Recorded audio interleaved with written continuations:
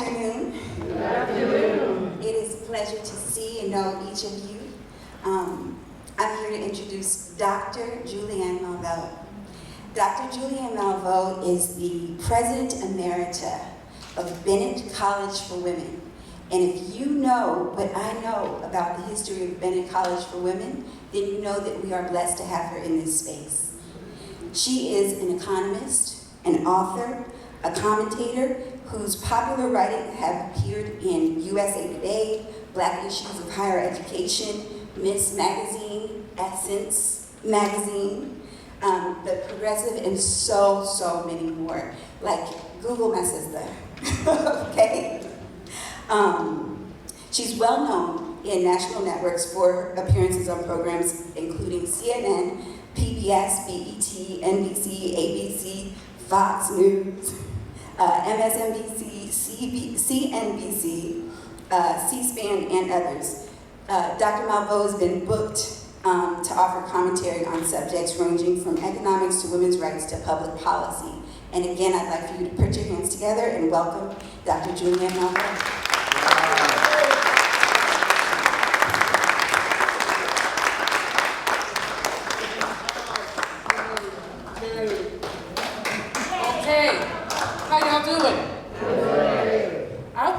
First, let's give Robin and her team a round of applause for the work that they've done in bringing people together here.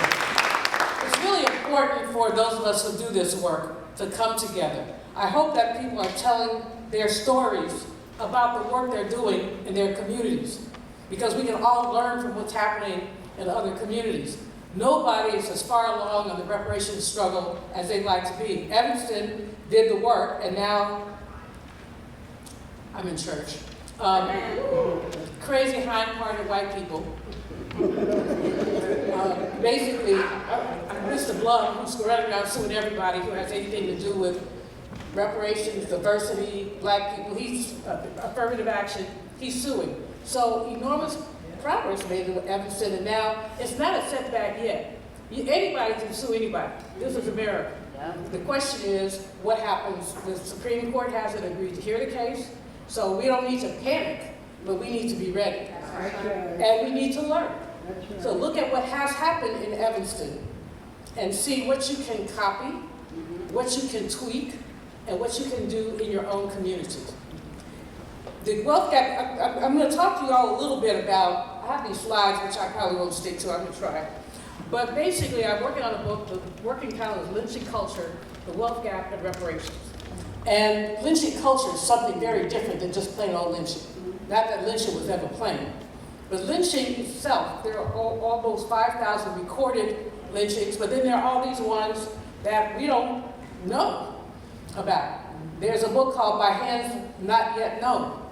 And those are about the unsolved murders that we know are lynch-related, but not necessarily lynchings. Like I was just making a note about this lynching in Arkansas. Isidore, what's the brother's name? Okay, I forgot his last name already, that's why I wrote it down. Yeah, see, after you get to be a certain age, you have to give yourself a lot of grace. See, I didn't even think I was going to live this long. Because I talked so much stuff that I figured somebody was going to get me. And they almost did, but they didn't. But they almost did. So, you know, at some point I said, someone said, you want life insurance? I got life insurance when I was 25. I don't have it anymore because I figured at this point I don't have no kids, you know, and my sisters are greedy. Well, that might kill me for the money. So we just gonna let that bad boy go. Anyway, I'm looking for this brother who was lynched in 1954. The reason his lynching, and he wasn't really, they say he wasn't lynched. Here's what happened. His name was Isidore, and I forgot his last name, which I wrote down. I'll tell you all before I'm finished. It happened in Arkansas. The brother was one of the wealthiest black men in this area. He either was renting or owned 1,000 acres of land. So much land that he had sharecroppers on his land. Now he was controversial. He was a big guy, he was about 300 pounds. And he lived large and acted large too. Now you know what that does to the melanin deficient. He was going to pay some of his workers They was going to pay some of his workers, and they found him 3 days later chained to a tree and burnt alive with a bullet in his side. There were three purported reasons for his killing. One is that he had all that land. Two, it is rumored that he had something to do with a white woman. But he was married, although he was known to have affairs. But that was a rumor. The other thing that happened is a white man made a pass at his daughter. And he told the white man he would kill him if he ever put a hand on his daughter. Now you know, back then, white men made passes on black women always. There were no respecters of anything. Anyway, the brother was found chained to the tree and essentially burnt alive, or burnt.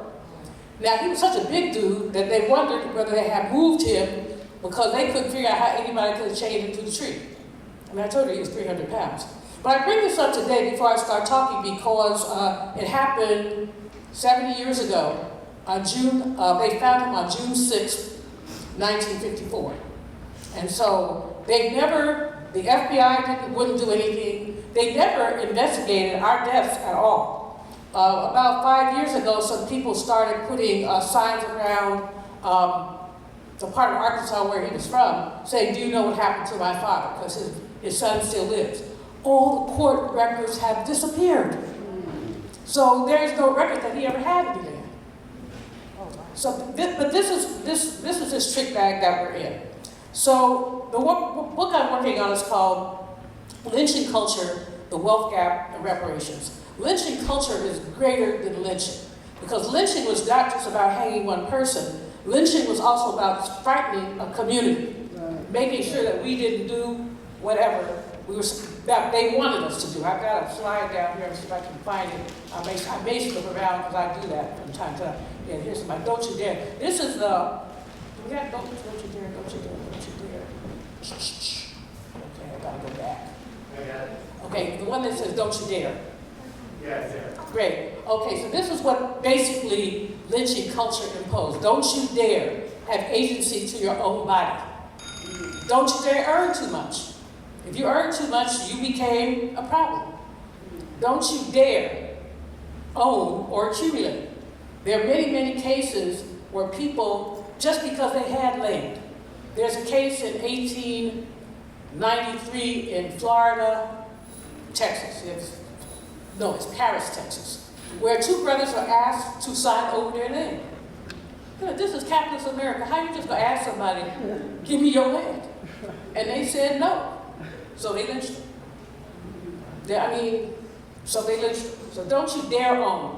Oftentimes, in our own family, we had some land. Now, granted, NASA gave it to us. But we had some land in this part of Moss Point, Mississippi, that abutted a bayou, which where we were generous, everybody was generous. We let people fish on our land, whatever. One day, we woke up, not we, because I was dead, or not dead, not there. But anyway, my aunt woke up, a fence had been constructed that blocked off the bayou. Now, it was ours. After about 30 years of struggle, they named this area Hawkins Lane. Hawkins is our family name. So they named it Hawkins Lane, but we never got the land back or anything else, and we got 3 missing cousins. No one ever, and my Auntie Emily said the thing she couldn't believe is that she said she could believe they would leave because they were hotheads. Hot-headedness runs in our family. Those of you who have been around me know I'm not lying. So she said she could believe that they would leave because they probably talked some smack to a white person, and then figured they had to leave. But she said she could never believe that they would never be in touch with their mother. And so that's why she believes that something else had happened to them. But in any case, going down to Don't You Dare organize. Elaine, Arkansas, were the black male sharecroppers. Well, male and female, but really men, because 200 men were lynched as a result of their simple attempt to organize. The rumor went around that a communist white person had come down to Elaine, Arkansas, to help these farmers organize, as if they couldn't do it themselves. And so they were meeting in a church, and the next thing that happened, these brothers were lynched. 200. It's probably considered the greatest mass lynching in the United States. And don't you dare compete with white people. If you compete with white people, something bad will happen to you. In the case of Maggie Nita Walker, she of course was not lynched, but her grocery store in St. Luke's Penny Market, she was the founder of St. Luke's Bank, Penny Savings Bank. First black woman to found a bank in 1902. And by the way, there was a white woman who founded the bank, but it was because her husband died and she got the, so that's a different thing than the sister founding a bank. But anyway, when she opened the People's department store, white people actually wrote suppliers and said, don't give her any products, and if you give her product, we won't buy from you. And so the store lasted a mere 7 years, a powerful 7 years. She was the first time black women in that area, this was in Richmond, Virginia, it's the first time they could work out. Sisters didn't have to be maids or basically tobacco manufacturers. They had other opportunities, both with her bank and with the department store. But it only lasted for 7 years. So don't you dare compete with white people. The first lynching that Ida B. Wells wrote about was the lynching of the owners, Tommy Moss and his 2 friends, at the People's Drugstore. The People's Grocery, it was called. People's Grocery, sisters couldn't go to the regular grocery store without having some altercation with the white man. Usually he might just put his hands on her. He had something smart to say, talk under her dress. They didn't like going there, but it was the closest store. So People's was started about a block from the white man's store. So you know what happened. People started going to the black store. Well, you know what happened. If you know this story, because it's part of our history. 2 boys, a black one and a white one, got into an argument over marbles. White men went to the store with guns over marbles. And there was a back and forth, but brothers had guns too. So somebody got shot. He didn't get killed, he just got shot. Okay. You know, I mean, anyway, the sheriff went back the next day and they lynched those 3 brothers. Tommy Moss's last word was, "There's no justice in Memphis. Go west." So, but the root of this was economic competition. And the term that I also like to use a lot is economic envy. We can't have more than they do. I remember when Bob Johnson tried to buy U.S. Air. Anybody old enough to remember that? Bob Johnson had all that money. He tried to buy U.S. Air. The congressional hearings are ignorant. I mean, you would think, is this Congress? Are they going to serve fried chicken on the plane? Wow. Yeah. Members of the United States Congress. But the bottom line was, he was not able to acquire the airline. And he went on to do other things. I mean, he has hotels, he has stuff. But that was economic envy, again. Whenever we accumulate too much, you get a whole series of ugly statements about the fact that we accumulated too much. So now I should go back in order. Ha. Actually, I'm not going to do that because I don't know how. My friend up there would help me, but here's the basic thing that I'm dealing with in terms of my book. Enslavement led to lynch culture. Let's differentiate lynching from lynch culture. Lynch culture, which just basically made us all frightened. Lynch culture prevented us, as I listed, don't you dares. Lynch culture suppressed our ability to accumulate. Many people were afraid to accumulate. Many just had their stuff taken from them. And so we end up with the wealth gap. And so and the wealth gap is the basis of the reparations argument. There is a wealth gap that developed because of deliberate public policy and deliberate intimidation. And so reparations is the way to deal with the wealth gap. Now, I spoke to some interesting people, but they pay me well. And they told me that I couldn't use the word reparations. So I came up with this other term, exogenous infusions of extraordinary capital. In other words, reparations. So I kept talking about exogenous infusions, and people were like, well, what are you talking about? And so with the word you told me not to say. But in any case, that's what the only way that the wealth gap closes is if there are infusions of capital into the Black community. And that's one of the things that Evanston does in terms of the $25,000, which many will argue is not enough. It's not, but it's a start. And what we're learning with this struggle is that we have to start somewhere. It's not just about money either. It's not just about money either. I'm going to get to that slide. I'm trying to stay in order because the brother up there is probably looking at me like, is this one lady crazy? Answer yes. Anyway, mass lynchings. It's not just lynchings. Again, lynching culture allows you to have what happened here in Tulsa. Lynching culture allowed the first mass lynching that we saw, other than the lynching of the people who rebelled with Denmark Vesey and Nat Turner. And it's important when we talk about lynching and we talk about reparations to understand that there was significant resistance to evil. Significant resistance. So I think 20 people were hung with Denmark Vesey. I don't have the number for the Nat Turner group, but it was quite a few. It was a couple dozen, more than a couple of dozen. The next so before Tulsa, we had Wilmington, North Carolina, which was also a very interesting case where Wilmington was literally so, quote, equal that Black and white dock workers made the same amount of money. Wow. Now this set a tone, actually, for economic envy. So what ended up happening in Wilmington, there was an election. The Democrats, who were the bad guys then, might still be the bad guys, but not completely. But anyway, they called themselves the Red Shirts. They preceded the KKK. And they used to run around with their red shirts on, intimidating people. When they saw that Black folks and Republicans had made a coalition, the Red Shirts decided to run all the prominent Black men out of town. So about 60 of them were rounded up and put on trains. They had to leave everything they had.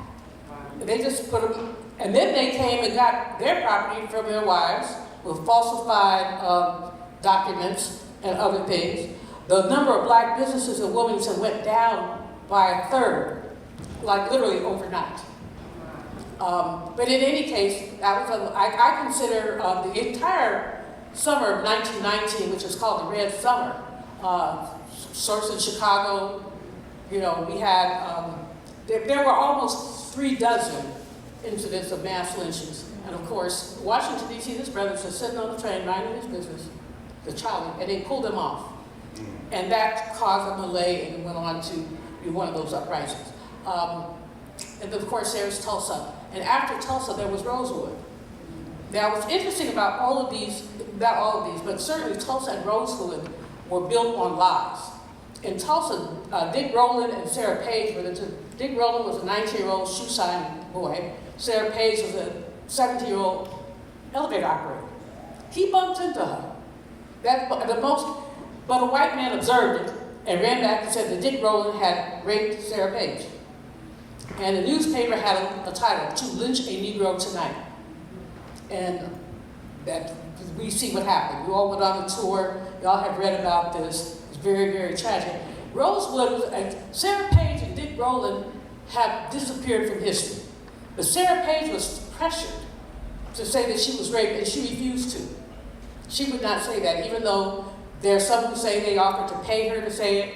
She would not. Dick Rowland's adopted mother believes the two of them may have had some kind of a relationship. Again, there's no proof of that either. But we do know that neither of them could be found right after everything happened. Rosewood is even more evil because, okay, I'm in church. Jesus, God, my lips. Okay, the white woman was a loose woman. I was about to say, you know what, but she was loose. God was working with me. Ain't finished with me yet. Yeah, this may be the longest presentation I've ever given, and I didn't curse. No, I don't curse in church. But in any case, in this case, the woman had a lover. Her husband had a good job, and he was gone all day, every day. The thing that's interesting about this is the fear that anything imposed on black people. So there's a book about Rosewood where the white journalist found a man whose great aunt lived next to the woman, the loose woman, and she knew exactly what happened. The woman would entertain her lovers while her husband was at work. Whatever she did to provoke her lover, and some people say she wanted more than just a little casual, whatever she did to provoke, he beat the you-know-what out of her. And then she ran out screaming and hollering and said a black man did it. And all the black people who were around it knew that that was not the case, but they were afraid to say the contrary. And so Rosewood, basically, the black area of Rosewood was totally destroyed because, you know what, could not keep her legs closed. I mean, so the black community, and nothing had, here's what they did decide to do in Rosewood, which is insufficient. People who are descendants of the people who live there can get a scholarship to the University of Oklahoma if they can get in. All right? If they want to go there. Excuse me. But in any case, what we found of all the lynchings that we have been recorded, fewer than 16% of them had anything to do with sex. Wow. And in many cases, the sex was consensual. I mean, I found one case where, and this has economics in it too. A white woman, her husband died. He was like 30, and she was like 23 or 24. So he died. So she got all that land. So white men wanted her because she got all that land. But meanwhile, the brother was taking care of her, helping her with her property. They were both young, and apparently they fell in with each other. And they started doing what grown people do when they like each other. The white men burst into her house one night to find the two of them in bed. The white girl says rape. They take him, tie him to a tree, douse him with gasoline, and then give her the match. He said to her, "Honey, would you do this to me after all I've been to you?" And she did the match. Anyway, it's really kind of scary what our people have had to go through around here. But again, keep in mind that, I forget the author, he sent Daniel Murray. Y'all know who Daniel Murray was? This black man who was assistant librarian in Congress until Wilson became that president. When Woodrow became president, he started firing all the black people, or just demoting them. But there's a Murray collection at the Library of Congress where people sent him from all over the country, pamphlets and whatever they had. 18 pages, 4 pages. It's a fascinating collection. Dr. Daniels, that's why I finished with my book. Because I keep going over there to that Murray collection and reading good stuff, but straight line, straight line. Well, a gentleman sent him a pamphlet about the 118 lynchings that took place in 1900. 118 lynchings that took place. Only 17 of them had anything to do with sex at all. Most of them were simply, you colored outside the lines. I mean, there's one lynching which fascinates me. Okay, so this white woman is bathing in a window. Why, one might ask, are you bathing in a window? What kind of exhibitionist are you to bathe up in the window? Anyway, she bathed in the window and the brothers was walking down the street. She screams. And then she said he looked in the window. Well, if you were in the window, butt naked, somebody's gonna look. You know? I mean, I'd look away, I'd say, ooh, that's ugly. But you might look, naked person in the window, what's going on? In any case, they lynched him. They lynched people for not taking their hat off, not saying sir or ma'am. I mean, there were just so many ways that our people were lynched. Okay, so let's go to the next slide, please. So basically, as my book is coming together, I started with something called the economy that enslavement built. Trust and believe there would be no United States were it not for black labor. We literally expanded all that acreage. And then when the Homestead Act of 1862 was passed, that was an act that parceled out the western part of the United States 1862, there was still enslavement. We didn't get any of that land. That land was given to white Europeans who had come here, didn't have anything to do, and they put them on trains and sent them out. There, we do have Nicodemus, Kansas, is one of the great stories of Black Town, but basically we're giving people the same 40 acres that we were supposed to get with the mule. They were giving that land away, and enslaved people were excluded from that land giveaway. And so we can go back and look at that, and again, deliberate public policy. That's how you end up with a wealth gap. It's not that Black folks are lazy or trifling, it's deliberate public policy. So we have to be clear. Again, there are many who will let you think, oh, these are market forces. You have market forces that were designed to exclude Black people. That's it. Not market forces, just market forces like supply and demand and da-da-da, the mess they taught me at MIT. But instead, we're looking at deliberate interventions, ways that we were prevented, and you can go through essentially some of the laws that prevented us from owning certain tools. We could look at any number of things that suggest that we were basically deliberately taken away from markets. So we built America. And what's interesting, though, is that in at least 5 states in 1830, the Black population exceeded that of the white population. So then it's like, so how do we control all these crazy Black people? Because they're not going to take this mess forever. So how do we control them? So that's how we began to get the slave codes. After enslavement, it was Jim Crow laws that prevented all kinds of things. So the laws that were passed basically disenfranchised us. In 1866, Mississippi had a voter convention for only white people. Black people were not allowed to come. And we see the roots of that continuing. So whatever laws they passed before enslavement, they want to keep. They want to keep that level of control. And the way that they kept that level of control was through laws that prevented our ownership. And that also said, let's see, next slide please. I'll think. Well, I know what it says anyway. But basically, the Dred Scott decision by Roger Taney, a Baltimore racist, said that Blacks have no rights that whites are bound to respect. 1854, Dred Scott. No, 1857, sorry. Dred Scott. Blacks have no rights that whites are bound to respect. He didn't say, I think it said Negroes, probably with a small n. But in any case, so lynching culture is the outgrowth of the economy that enslavement built. And again, the bottom line on lynching culture, next slide please, is that, you told me how to do this and I just won't do it.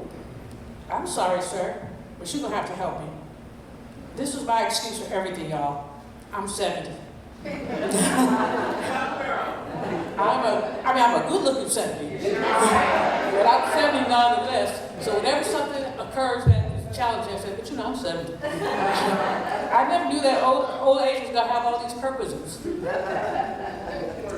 But in any case, essentially, they want to keep that culture, and the culture was a culture where they could do whatever they wanted to us. And there's so many lynchings that you shake your head when you read them, because it's frightening what we're learning. But what we're learning is that Black achievement, your grandma probably told the same thing, mine did, the tall male gets knocked down. So that there is a culture to resist Black achievement. There's culture to resist Black accumulation. The Isidore brother, he just had too much. But there are a couple others that, I mentioned Elaine already. Anthony Crawford's case is of special concern. Anthony Crawford was a Black man in Arkansas, either Arkansas or Georgia, but who had 400 acres of good cotton land. That's how they described it, 400 acres of good cotton land. They also said that he was a wealthy Negro and arrogant. That's how he was described in the newspaper after his death, a wealthy Negro and arrogant. So he went to the store to sell his cotton seed. And he had planned, he wanted the same price everybody else got. People said he had superior cottonseed. A white man in front of him was selling his cottonseed for 95 cents a pound. I'm getting something like that. But anyway, so he was selling his cottonseed. The white store owner told Anthony Crawford, you can have, I'll sell yours, buy yours for 90 cents. Crawford said, I'd rather throw my cottonseed in the river to let you rip me off. Now what he said, this word is in the Bible, so I can use it. Wherever. He said, I would rather throw my damn cottonseed in the river than let you have it. He was immediately arrested for cursing out a white person. Wow. There was a law against cursing out a white person. So he was arrested for cursing out a white person. He went in his pocket. See, he was arrogant, but I love him. He put his hand in his pocket. He said, what's the fine? The guy said, $15. He said, here. Because he had $15. This is 1916. That was a lot of money. So in any case, before he could get off the store's property, they had lynched him.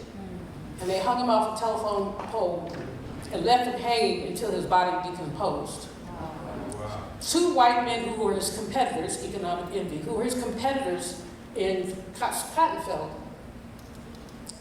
were appointed executors of his estate. Wow. And they were able to, they told his family they had a certain number of days to get off the property. Wow. So his wife, his children, that was it. And they got his land. Wow. His family attempted legal action for years before they finally let it go because it wasn't going anywhere. There were no witnesses.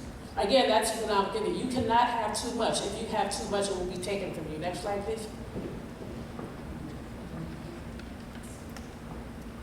So, in 1870, black people had, what is it, 16 cents? 16 cents for every dollar the white people had in 1870. So we just had a half a decade of emancipation. By 1910, that went down to, wait a minute, I got it backwards. Basically, we cut the wealth gap in half between 1870 and 1910. So going from having 36 cents down to, 16 cents. So the other way around. 36 cents to a dollar to 16 cents to a dollar. We closed the wealth gap. We closed it literally in half because we were land hungry and we bought land. We were diligent and hardworking, so we worked hard. Some of the people worked 2 and 3 jobs, sharecropping by day, doing whatever by night. Black women who were free became laundresses. They did people's laundry. And they farmed. So in addition to everything else they did, they worked extremely hard. But once they started passing Jim Crow laws, you see the closing, the widening rather, of the gap, or the gap staying the same. So that today, depending on the data you use, we have 10 cents for every dollar whites have, or we have 7 cents if you use a different data source. But it's better than it was, but it's still not equal. And so you see the wealth gap either staying still or widening. In addition, we've had legislation, deliberate legislation, that has made it impossible or difficult, more difficult for black people to accumulate. The GI Bill is a great example. The GI Bill basically created the white middle class. But it didn't, basically do much for the black middle class. Only 2 black, I shouldn't laugh at this because it's not funny. Only 2 black men in Mississippi were able to get business loans under the GI Bill in pre-1950. 2. Now you know how many black men in Mississippi served? 2. Few were also able to get college degrees. When a brother went to say, I want to go to college, they would say, you could go to barber school. Because basically the board determined what you could do. So you say, I want to go to Tougaloo. No, you can go to my barber school. Forgive me, I have a thing in my mouth that makes my diction a little weird. But still understandable. But in any case, so that the GI Bill is a great example of how basically deliberate public policy. White working class people were able to get home loans. Meanwhile, the Federal Housing Administration deliberately discriminated against black people. That's the basis of some of the work in Evanston and other places where redlining, if you could get a loan, which you usually couldn't, but if you could get a loan, you were restricted to where you could live to the black areas. And we know that the black areas were the less well developed. You know that highway access and other things were limited. This was a federal GI Bill. And then I put up there the Hawkins story, which I told you about our family. And the thing about all of this with the wealth gap is so much of it is undocumented. Lots of it is documented, but lots of it is undocumented. So I encourage people to talk to your elders. They will tell you stories. You may not be able to do anything about it, but at least you'll know that our legacy is one of hard work. The reason I call my presentation Surviving and Thriving, in addition to the fact that y'all have that book, which I would encourage you to read, a little self-promotion never hurt anybody. But I also, because our story in this country is surviving and thriving. Despite everything else, we still thrive. Despite everything else, we still here. Okay, where am I in this presentation? I can't tell. See, I knew I was calling myself challenging myself. I said, Dr. Daniels, if I write everything down, then I will stick to the script. Ha, ha, ha, ha. And this will be a nice linear presentation. Well, it's a nice linear slideshow, I'll tell you that much. But I tend to be very linear. So I've got to figure out. My brother up there, will you tell me? Okay, so there we go. Public policy and wealth gap. Thank you. I appreciate you. So as you can see, what I'm saying is deliberate public policy essentially drove the wealth gap. It drove it in housing, in education. We're still looking at the damage to our HBCUs from unequal funding, consistent unequal funding. We're estimating billions of dollars in unequal funding, which led to our young people, we're about almost twice as likely to have student loan debt. Number one, black women are the most likely to have student loan debt. And when we look at that student loan debt, for many of our young people, it becomes an albatross that carries them into their 30s. Yeah. Which then has long-term public policy implications for not just the black community, but for the nation. Because I know young people who are waiting to marry until they pay off their student loans. Others are delaying childbearing because of student loans. And so this has demographic implications at a time when people are saying that the United States, we need more people, we need more children. Basically, let's take care of our Social Security. But we need more younger people, and we're not getting there. Robert, how much time do I have? 10 minutes. 10 minutes. All right, I believe I can do this. Okay, next slide, please. So there were attempts, we can't, there were attempts at fairness, but they were poor attempts, and the laws were very poorly written. We would not have the anti-affirmative action stuff going on right now if the Civil Rights Act were better written. We would not have some of the work in terms of minority business, the Fearless Fund, being sued, black women trying to give money to other women, but Mr. Blum and his group say that that's discriminatory. Wow. And so basically, there's a stay. They can't make any more grants until the court hears their case.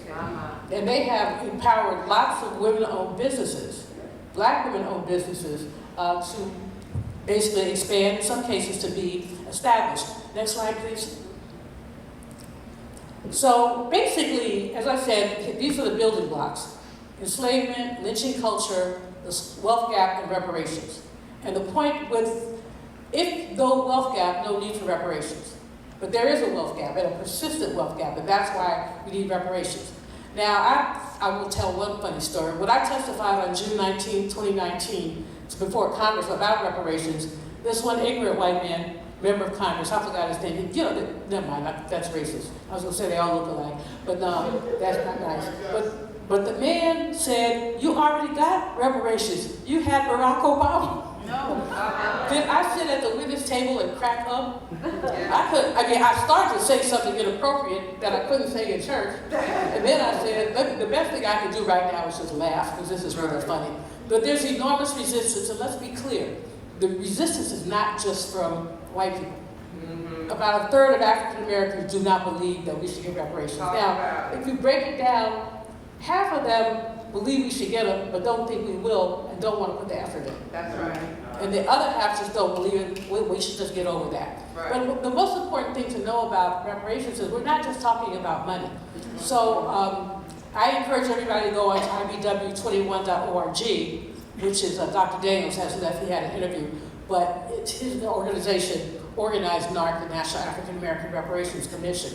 And we have a 10-point plan, which next slide please, really does, it's just not money. It's an apology. It is repatriation, if anybody wants to leave up out of here. It's land, it's money for community development, health and wellness. We heard the brother this morning talk about health-related issues. That's part of reparations. Education, housing and wealth generation, a communications infrastructure, because our black press is what has kept us informed all this time, and now it's struggling, it's limping along. Last slide, please, next slide, please. That's the other thing in the 10-point plan, sacred sites and criminal justice reform. Convict leasing was the #1 form of income in 3 states. So people who were incarcerated basically were rented out. And that became an income source for those states. Yeah. 3 states, slavery. It's new slavery. New slavery. Okay, next slide, please. So I know Cam has spoken, and he will probably speak again, and he's the best person to talk about the status of the reparations movement. But we know HR 40 has stalled. It's not going to happen, quite frankly. First of all, with this Congress, you couldn't pass gas, much less a reparations bill. So that's not going to happen. But Cam has something, earn the vote, and then postcards are out there, and I would encourage you to take them. They really encourage President Biden to sign an executive order around reparations. Now, the likelihood of him doing that is also low. He's scared of white people.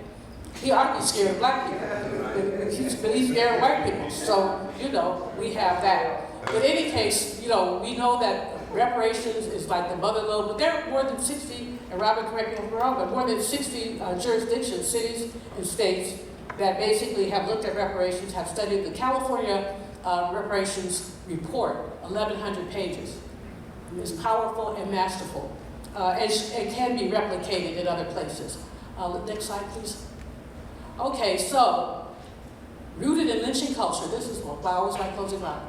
Rooted in lynching culture, the contemporary wealth gap is a function of such culture, which was, I can't even read my own writing. Y'all can read that. Established enslavement and still exists today. And so then I have my smart remark from the people. White people paid me good money to come and talk to them, but they didn't want me to use the word reparations. So that's why I came up with exogenous infusions of financial resources. And yeah, I am a smart, but that's just that. So I think I've left enough time for me to answer a couple of questions. First of all, let me say, did that make sense, y'all? Yeah. Okay, because I got moving around here. Thank you. If you ever have questions, comments, or belong to an organization that would like to hire me, Julianne Malveaux at AOL.com. If you spell my name, you can find me, unfortunately, in some cases. Like an ex-boyfriend crawled out the woodwork. After 20 years talking about, I think I made a mistake. I said, you don't think. Easy to find. Okay, quick couple of questions. Yes, ma'am. I just wanted to, as a point of information, the Anthony Crawford case is Abbeville, South Carolina.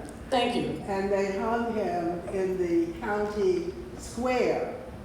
And the tree is still there, along with a historic marker from the Equal Justice Institute. Yeah, if you ever get a chance to go to Montgomery, Alabama, you must go to the Lynching Museum. I went for 3 days, and I mean, it was almost overwhelming. I have a notebook, this is my lynching notebook, all kind of notebooks, where I just start walking through it. They have an exhibit where it looks like they're hanging, it looks like coffins are hanging, and there are over 800 of them. And they list the county, the name of the person who was lynched, And again, some of these things, a brother was lynched for just going to vote. He didn't get there. He was going to vote. Again, anybody who tried to do any union organizing was lynched. It didn't even have to be union organizing, just organizing. Some people were lynched because they belonged to the NAACP. Now, see, today you wouldn't think of the NAA as a revolutionary organization, but back then it was. So again, thank you for the clarification. I appreciate it. Are there other questions in the couple minutes I have left? All the way in the back, sister? Hi, thank you so much, Dr. Julianne Malveaux. This is Dora Banks. I Googled it while you were talking. Banks was the name of the gentleman in Thank you. Arkansas. Appropriate, right?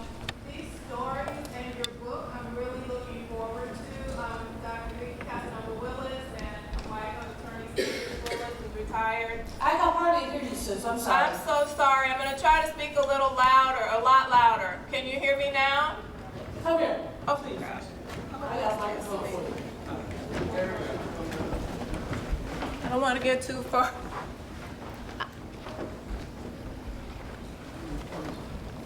Thank you. Doctor, is that working? Yeah, Dr. Vicky Casanova-Willis. I'm coming back here because my husband has dementia. He has Alzheimer's. Late stage, and if he's up and his out that way, then I'm leaving. We still studying together with that magic print. Looking forward to your book. I just wanted to mention a couple things that stood out at me with regards to the work that my husband led us in, and that's why I was saying that Vicky Casanova-Willis, wife of Attorney Standish Willis, who's retired. There's still a lot of discussion about the first ever, quote unquote, reparations package paid for victims of police torture in Chicago. And some of us are cautious about using that term because it was, how do I say this? I'm trying to be diplomatic. I listened and watched and learned from you in censoring yourself in this space. And so, but the bottom line is there are a lot of games we know that continue to be played.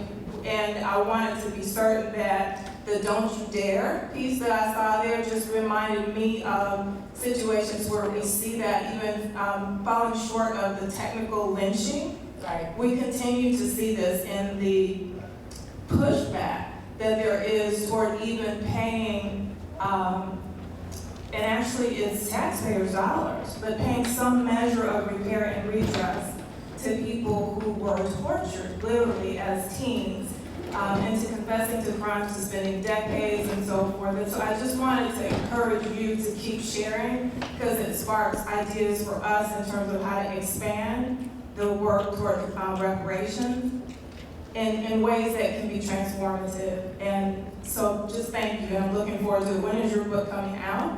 Because we just see the "Don't You Dare" happening so much. And the last piece is I think there should be an 11-point plan, because the thing that continues to be missing here is then what do we do when this horrible backlash of burning down again and whatever and lynching and massacring continues? We know it's coming. We know it's coming. Yeah, thank you. Our sister, Dr. Braxton, who shared earlier, talked about these dangerous and perilous times.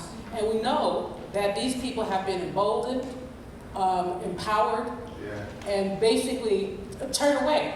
The courts are not going to do very much of anything. We've seen so many people found, not yet now, for the first time we've actually seen people found guilty. You know, what's his name? The guy who put his knee on George Floyd's neck. He gonna do 20 years, 20 plus years. And that's not enough time. He should have got life in prison. You know, but in any case, we know that these times are coming, so we do have to be ready. Thank you for raising that. Sister Braxton? Oh, just returning this. Oh, okay. Thank you all for all the phenomenal work. I just have a very basic question.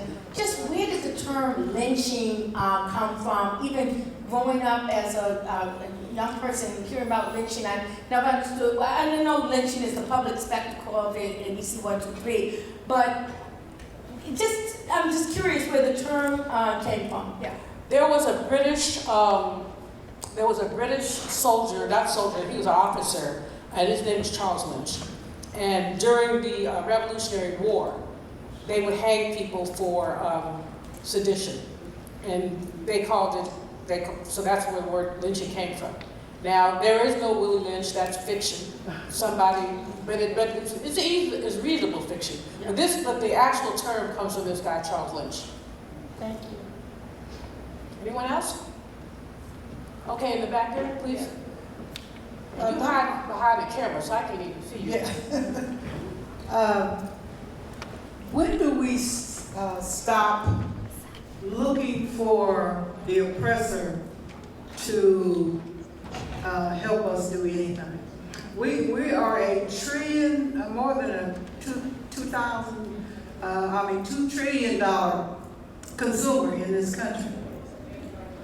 We built flourishing neighborhoods, communities that were destroyed.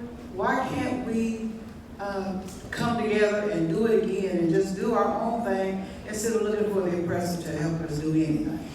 Well, someone said earlier, I think here, we're not looking for the oppressor to help us. We're looking for justice for the oppressor to pay us because we have been oppressed. Things have been taken from us, money, land, rights, and so dignity, our health. There's just a study, I'm interviewing this man on Monday, and he says that 5 to 10 years of our lives are shorter because of the stress of being black. So I'm not, I'm like James Brown. I don't want nobody to give me nothing. Open up the door and I'll get it myself. Yeah. So, I don't think saying it's justice. If you took my car, I'm not saying, oh, I could get me another one, which I could. So you took my car and you're going to pay for it. You are going to pay me what the car is worth. And let's say you took it 200 years ago, your son inherited the proceeds of my car. So he going to pay. So I just don't, I hear what you're saying. We could and we do. That's why Surviving and Thriving is the title of my 365 facts. Because well, we have to be clear. Here, Reverend Turner, you kind of match with me, huh? But we have to really be clear of that which is old. And it doesn't mean that we won't build. We have built. We continue to build. We look right here, in Greenwood where we are. And things that have happened here. People haven't given up. And there's so many cases of resistance in the middle of all of this. In the middle of oppression, we find resistance. So, like I said, white folks don't have to give you a you-know-what thing. Still in church. But we do have to make sure that it is understood. What also needs to be understood, because part of the backlash, what we're doing right now, people are trying to erase us. Erase our very presence. 1,600 books banned. Excuse me? And we can go down the list. Any book that's in, how can you ban Alice Walker? Toni Morrison. Beyond that. How did you, and then of course anything that has anything to do with gay, they start running, they start running in the other direction. So, fighting for reparations is fighting for repair, is fighting for being made whole, is fighting for justice. And it also is putting our foot in the sand and saying we will not be moved. And it means that we want our young people, our children, our grandchildren, to tell the story, to know the story, and to tell the story. One of the most frightening things to me about these mass actions, both here in Tulsa and other places, in Rosewood, people were frightened to say anything. That's right. They wouldn't open their mouths because they were afraid of repercussions. So now's the time to tell the whole story. That's right. And repercussions be, you know what? Still in church. Y'all know what I mean. Actually, Robert Ruth Stevens here. I guess you know what that means. It means I run out of time. Thank you all.